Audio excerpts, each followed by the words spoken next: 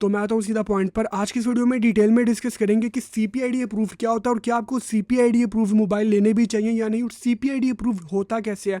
तो यार इस टॉपिक पे जब मैं रिसर्च कर रहा था तो पहले मैं गया मार्केट, और मार्केट में जब मैंने वहाँ से पूछा, जो लोग ये CPID अप्रूव्ड फ़ोन सेल भी कर रहे होते हैं उनको खुद भी नहीं पता होता कि CPID अप्रूव होता कैसे, और जिनको पता होता है वो बताते भी नहीं है। तो काफ़ी ज़्यादा डिटेल रिसर्च करने के बाद ही ये वीडियो मैं बना रहा हूँ। आज की इस वीडियो में मैं आपके सारे कॉन्सेप्ट और सारी चीज़ें आपको बता दूंगा। तो सबसे पहले तो मैं आपको बताऊंगा CPID का मतलब क्या होता है। CPID का मतलब सर्टिफिकेट पर्सनल ID। तो first of all this video is totally for the educational purpose. मैं आपको जस्ट ये बताना चाह रहा हूँ, आपको समझाना चाह रहा हूँ कि ये मेथड वर्क कैसे करता है। अगर आप करो या ना करो वो आप अपने बिहाफ पे कर रहे हो। This video is only for educational purpose. तो अब आपको मैं बताता हूँ ये मेथड वर्क कैसे करता है। तो यार जैसे कि मेरे पास एक सैमसंग का फ़ोन है, फॉर एग्जाम्पल अगर मैंने इसको CPID करना है तो होगा क्या। तो बेसिकली CPID के थ्रू, सर्वर के थ्रू आप इस फ़ोन का IMEI चेंज करोगे। इससे पहले जो पैच अप्रूव होता था उसमें मसला ये था कि यार जो हम पैच अप्रूव फ़ोन करते हैं उसको पहले आपको रूट करना पड़ता है, उसके बाद उसका आप IMEI चेंज करते हो और अपडेट करने के बाद वो IMEI ख़त्म हो जाता था। तो वो पैच होता था और वो इतना अनसेफ, मतलब काफ़ी अनसेफ कंसीडर किया जाता था।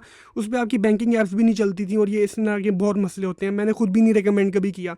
अब जो CPID अप्रूव्ड होता है ये काफ़ी एक एडवांस वे है। इसमें आप सर्वर के थ्रू IMEI चेंज करते हो फ़ोन का, और वहाँ से जब आप अपने फ़ोन का IMEI चेंज कर देते हो उसके बाद आप उसमें कोई भी IMEI इंसर्ट कर सकते हो। अब फॉर एग्जांपल जैसे ये फ़ोन, मेरे पास एक 1.5 लाख का फ़ोन और मेरे पास एक दूसरा फ़ोन है जो है सिर्फ 2000 या 3000 का। अब उसका PTA टैक्स पेड है और उसका मैं IMEI लगा दूंगा उस पर, और ये सारा काम सर्वर के थ्रू हो रहा है। आपको मोबाइल को पकड़ने की भी ज़रूरत नहीं है, आपका सारा काम जो है वो सर्वर पे होता है। उसके बाद क्या होता है कि वो जो 2000 वाला फ़ोन है उसका IMEI आ जाता है इस फ़ोन, और इस तरह ये CPID वाला मेथड वर्क करता है। तो इन शॉर्ट मैं आपको बताऊँ कि आपके जो फ़ोन है उसका IMEI सर्वर के थ्रू चेंज होता है, जिसको हम CPID अप्रूव्ड कहते हैं। और अब आपको मैं बताता हूँ ये होता किस तरह, जो कि बहुत कम लोगों को पता है। किसी को पता भी है तो वो ये नहीं बताता। यार ये करते क्या है, ये जाते हैं गूगल पे और वहाँ पे लिखते हैं CPID सर्वर। यहाँ पे ये जो वेबसाइट है इसके थ्रू ये सब कुछ काम होता है, लेकिन ये वेबसाइट PTA ने बैन की हुई है तो आपको VPN से ऑन करनी पड़ेगी। और जब आप इसको ऑन करोगे तो यहाँ पे सारी इसकी डिटेल्स हैं। अब यहाँ पे सारे मॉडल्स मेंशन है, like Samsung Galaxy Z, Samsung Galaxy S series, और ये सारी सीरीज मेंशन है।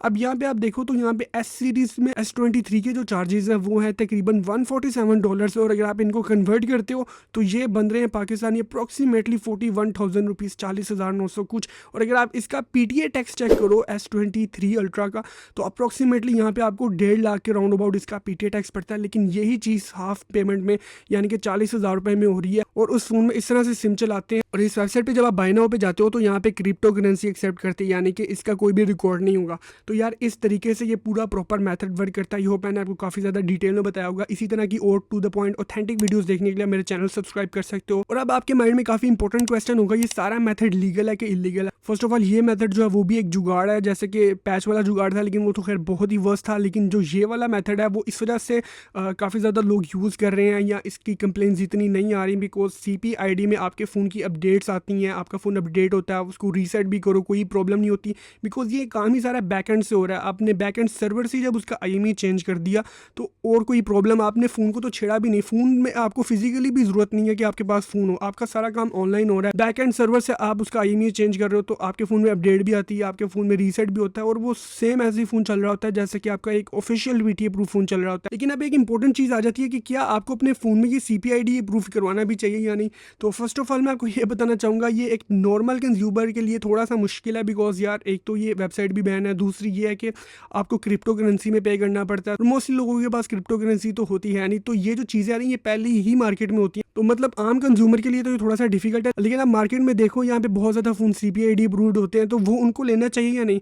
तो वेल ये ऑफ कोर्स आप पे डिपेंड करता है। अगर आप एक नॉन PTA फ़ोन नॉर्मल तरीके से यूज़ करना चाहो तो आप कर सकते हो। देखो यार इसको तो मैं जस्टिफाई बिल्कुल भी नहीं करूँगा कि ये मेथड वाला फ़ोन आप लो या ना लो, लेकिन पैच जो आप ले रहे हो ये भी उसी की एक नेक्स्ट लेवल चीज़ है, यानी कि आपके फ़ोन का IMEI चेंज हो रहा है। अगर आप मार्केट से कोई ऐसा फ़ोन लेते हो जो कि CPID अप्रूव्ड है, देखो IMEI तो उसका भी चेंज, अब आपको नहीं पता कि वो जो IMEI है वो 8-10 फ़ोन्स में हो सकता है उन्होंने लगाया, क्योंकि मार्केट में बैठे होते हैं, उन्होंने एक ही फ़ोन का IMEI 8-8 10-10 फ़ोन पे लगाना होता है। तो काइंड ऑफ ये चीज़ अनसेफ है। अगर आप इंडिविजुअल लेवल पे करना चाहते हो तो वो आपकी अपनी मर्जी है, लेकिन ये एक प्रॉपर मेथड था CPID का, जो कि मैंने आपको डिटेल में बताया। इसकी वेबसाइट भी मैंने आपको दिखाई कि ये इस तरीके से मेथड वर्क करता है। तो इस तरीके से ये पूरा CPID वाला मेथड वर्क करता है। आई होप अब जब आप मार्केट जाओगे और कोई CPID वाला फ़ोन आपके सामने होगा तो आपको पता होगा कि इसके पीछे सारी साइंस क्या है, और आप अपने डिसीजन ईजिली ले सकते हो कि क्या मुझे CPID अप्रूव्ड वाला फ़ोन फ़ोन लेना चाहिए या मुझे नॉन PTA फ़ोन लेना चाहिए।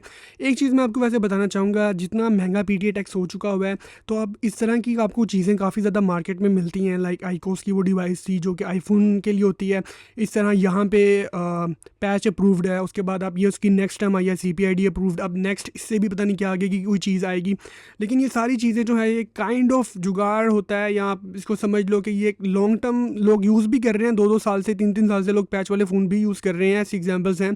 लेकिन यार ये ऑफिशियल तो नहीं होता, और यहाँ पे PTA का काफ़ी ज़्यादा एक इंपॉर्टेंट रोल है। अगर तो वो PTA टैक्स कम कर देता है, लोग 40-50 हज़ार इस मेथड के लिए भी दे रहे हैं, तो यार अगर PTA टैक्स ही कम हो जाए, जो ये एक इस हद तक चला गया कि जो जस्टिफाई नहीं करता PTA टैक्स, 1.5 लाख तक का आपको सिर्फ टैक्स देना पड़ रहा है अपने फ़ोन पे सिर्फ सिम चलाने के लिए। अगर ये टैक्स 50 to 60 या इवन 70,000 भी आ जाए, तो लोग यार खुद पे करेंगे, बिकॉज ये भी तो मेथड है जहाँ पे लोग पे कर रहे हैं।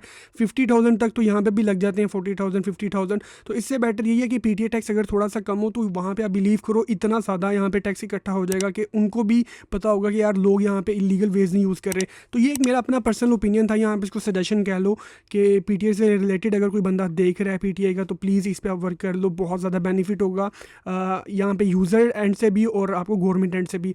और आई होप यार ये वीडियो आपके लिए यूज़फुल रही होगी। इस वीडियो के बारे में कोई भी क्वेश्चन या सजेशन है तो कमेंट में ज़रूर बताना। आज के लिए इतना ही, मिलता हूँ आपसे नेक्स्ट वीडियो में। टिल देन गुड बाय, अल्लाह हाफिज़।